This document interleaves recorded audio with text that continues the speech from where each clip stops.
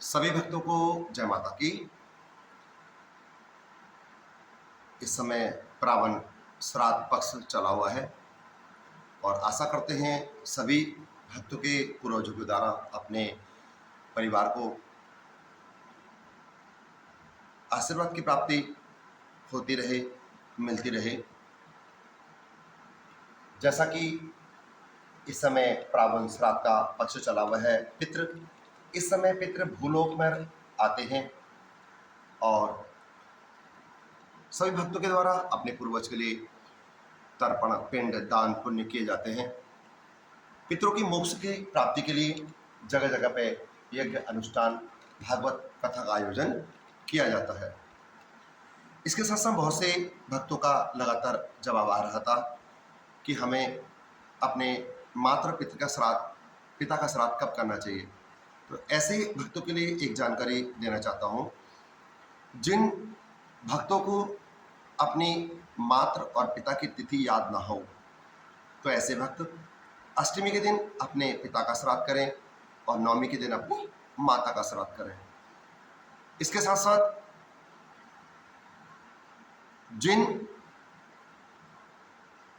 भक्तों के वहां श्राद्ध की डेट आगे पीछे निकलती हो, तो देखिए श्रावण श्राद्ध में ये नहीं देखा जाता कि आपका पितृ किस दिन उसकी डेथ हुई है।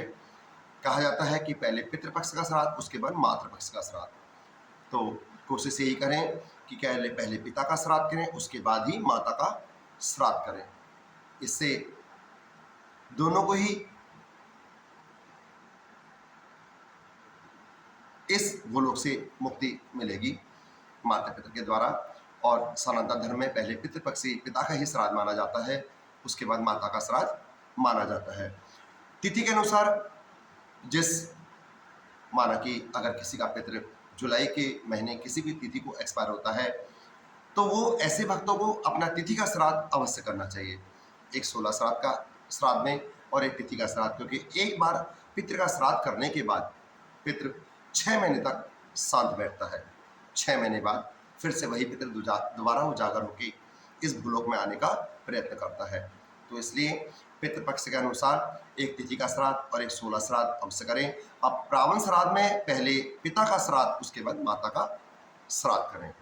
इसके साथ साथ बहुत से भक्तों का एक सवाल और था कि क्या गुरुजी हम इस समय कोई शुभ कार्य कर सकते हैं। तो देखिए, वैसे तो कहा जाता है कि पितृपक्ष में शुभ कार्य नहीं किए जाते हैं, शादी ब्याह स्वयंवर आगे नहीं कर सकते हैं, लेकिन फिर भी अगर आप कोई भूमि का सौदा करना चाह रहे हैं, कोई गाड़ी खरीदना चाह रहे हैं, कोई मकान के खरीदना चाह रहे हैं, तो देखिए श्रावण श्राद्ध है। इस समय आपके पूर्वज आपके साथ चलते हैं। 16 दिन पूर्वजों का पक्ष चलता है और इस पूर्वजों के पक्ष में जो भी आप कर्म करते हैं, जो भी आप कोई चीज खरीद रहे हैं या कुछ व्यापार को कर रहे हैं, उसमें आपके पूर्वजों का आपको अपार स्नेह और आशीर्वाद की प्राप्ति होती है। तो देखिए, मेरे हिसाब से इस श्रावण श्राद्ध में 16 श्राद्ध के समय में अगर आप कोई नवीन कार्य करना चाहते हैं या कोई भूमि का सौदा करना चाहते हैं, भूमि खरीदना चाहते हैं, या कोई दुकान का इनोवेशन करना चाहते हैं, या फिर कोई गाड़ी खरीदना चाहते हैं, तो मेरे हिसाब से इसमें कोई त्रुटि नहीं है।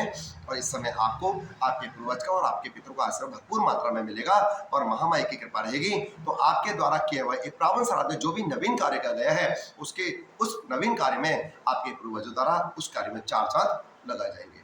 तो देखिए भक्तों, इसी जानकारी के साथ, क्योंकि लगातार काफ़ी भक्तों का लगातार मैसेज और फोन आ रहा था कि हमने किस समय क्या श्राद्ध करना चाहिए, हमारा कौन सा श्राद्ध की तिथि रहेगी, या हमें अपने माता पिता की तिथि का पता नहीं है।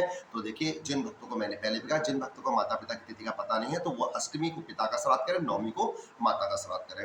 अगर हो सकता है, अगर थोड़ी त्याग कर सकते हैं, तो सप्तमी के दिन जो लोग पिता का श्राद्ध करें, सप्तमी के दिन वो लोग ऐसे भक्त एक टाइम भोजन करें और खाने में दही का सेवन ना करें। और अष्टमी को पिता का श्राद्ध करने के बाद ही जो श्राद्ध करके भोजन करें वही भोजन करें और एक पक्ष अपनी माँ के लिए छोड़ दें। और जिस दिन आप पिता का श्राद्ध करें उस दिन आप दही का सेवन, दूध का सेवन ना करें, अगर आपने अगले नवमी के दिन माँ का श्राद्ध करना होता है। तो इससे आपको आपके पितरों के भरपूर सहयोग और भरपूर आशीर्वाद की प्राप्ति मिलती रहेगी। तो चलिए भक्तों, इसके साथ आगे इसमें फिर मिलते हैं। तब तक सभी भक्तों को जय माता की। आदेश करेंगे, एक निवेदन करेंगे, जिन भक्तों ने चैनल को लाइक सब्सक्राइब नहीं किया हुआ है वो चैनल को सब्सक्राइब अवश्य करें, ताकि हमारे आगे आने वाली जानकारी आपको मिलती रहे, और बेल आइकन को दबाना ना भूलें। तो एक बार फिर से सभी भक्तों को माँ भक्ति दरबार से जय माता की महामाई मंगल भरे। आपके पूर्वज, आपके पितर आप पर असीम अनुकंपा, असीम आशीर्वाद आपको देते रहे। ऐसे माँ भक्ति दरबार से कृपया। जय माता की।